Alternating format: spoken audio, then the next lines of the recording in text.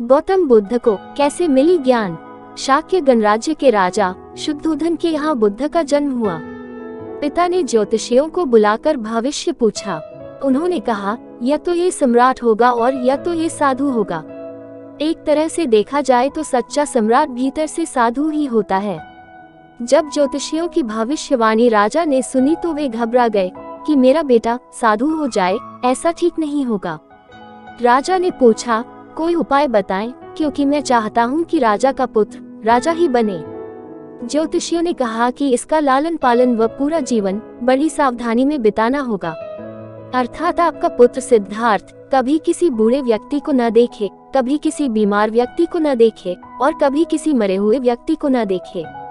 जब तक ऐसा होगा तब तक वे राजा ही बने रहेंगे। अगर ऐसा नहीं हुआ तो वे साधु बन जाएंगे। राजा शुद्धोधन ने अपने पुत्र सिद्धार्थ के लिए बढ़िया से बढ़िया, बड़े बड़े महल, अच्छे से अच्छा भोजन, दास दासियां और खाने पीने के सामान आदि वस्तुओं के ढेर लगा दिए। पिता ने पुत्र को सुख सुविधाओं में इतना उलझा दिया कि उसे बाहर का संसार याद ही नहीं आया। शुद्धोधन ने समझ लिया कि अब इतने सुखों के आगे साधु बनने का प्रश्न ही उपस्थित नहीं होता। वे निश्चित हो गए। राजा शुद्धोधन ने बिल्कुल पक्की व्यवस्था कर रखी थी कि उनका पुत्र सिद्धार्थ जीवन में कभी भी वृद्ध, बीमार और मृतक व्यक्ति को देख न सके, क्योंकि वे अपने पुत्र को खोना नहीं चाहते थे। सिद्धार्थ का जीवन ऐश्वर्य और सुख सुविधाओं में बीत रहा था।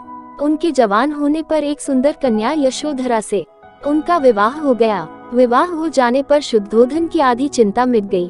अब तो शादी हो गई, अब कहाँ जाएगा। अब तो मेरा पुत्र बंधन में बंध गया है, अब उसके कहीं जाने का सवाल ही नहीं उठता। 1 वर्ष बाद बेटे का भी जन्म हो गया।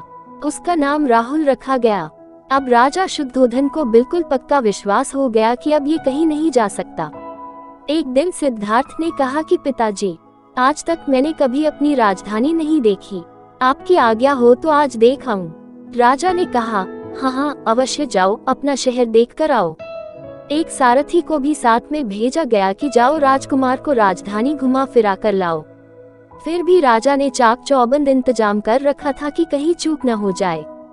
सिद्धार्थ के लिए राजधानी के प्रमुख मार्ग खूब सजाए गए थे, पर घूमते घूमते सिद्धार्थ ने थोड़ा उल्टा मार्ग ले लिया। वे उस मार्ग से गुजरने लगे जहां पर तैयारी नहीं थी, और आज उनको बहुत आश्चर्य हुआ जब पहली बार उन्होंने एक बूढ़े आदमी को देखा। कमर झुकी हुई, पूरी चमड़ी में झुर्रियां पड़ी थी। वो परेशानी और दुख से बेहाल था। उसकी चाल बहुत धीमी थी। बूढ़े की झुकी हुई कमर को देखकर सिद्धार्थ को एक झटका लगा और सारथी से उन्होंने पूछा, क्या एक दिन मैं भी बूढ़ा हो जाऊंगा। सारथी ने कहा, हाँ राजकुमार, हर व्यक्ति के जीवन में 3 अवस्थाएं आती है, बचपन, जवानी और बुढ़ापा। एक दिन तुम भी बुढ़ापे की अवस्था में जाओगे। हे राजकुमार, ये संसार का नियम है, चाहे गरीब हो या अमीर, सबका शरीर शिथिल अर्थात बूढ़ा होता है। राजकुमार सोच में पड़ गए। सारथी ने रथ को आगे बढ़ाया तो कुछ दूरी पर एक बीमार व्यक्ति मिला जो रोगों से घिरा हुआ था। उस पीड़ित व्यक्ति को देखकर राजकुमार का मन बहुत ही दुखी हुआ। समय बड़ा बलवान होता है। ये सारी बातें कर्मों पर निर्भर करती हैं। चाहे राजा हो या रन, सुख दुख सब पर आते हैं। अगर शरीर में कोई रोग आना है तो वह आएगा। ये सब सुनकर राजकुमार सोच में पड़ गए। सारथी ने रथ को कुछ आगे बढ़ाया तो सामने से 4 कंधों के ऊपर एक अर्दी को जाते हुए देखा। राजकुमार ने ऐसा पहली बार देखा था। उसने सारथी से पूछा, यह क्या है। सारथी ने कहा, यह आदमी मर गया है, यह मुर्दा है। जो व्यक्ति मर जाता है उसको बांधकर शमशान भूमि में ले जाते हैं, फिर वहां पर उसे जला दिया जाता है। राजकुमार ने कहा, क्या सबको मरना पड़ता है। सारथी ने कहा, हाँ, सबको मरना पड़ता है। यह मृत्युलोक है। जो जन्म लेता है उसे कभी न कभी अवश्य ही मरना पड़ता है। तो इसका मतलब ये हुआ कि ठीक इसी तरह से एक दिन मुझे भी मरना होगा। मेरी देह भी मुर्दा होगी और मुझको भी 4 कंधों पर उठाकर ले जाया जाएगा। मुझको भी ऐसे ही रस्सियों से बांधा जाएगा।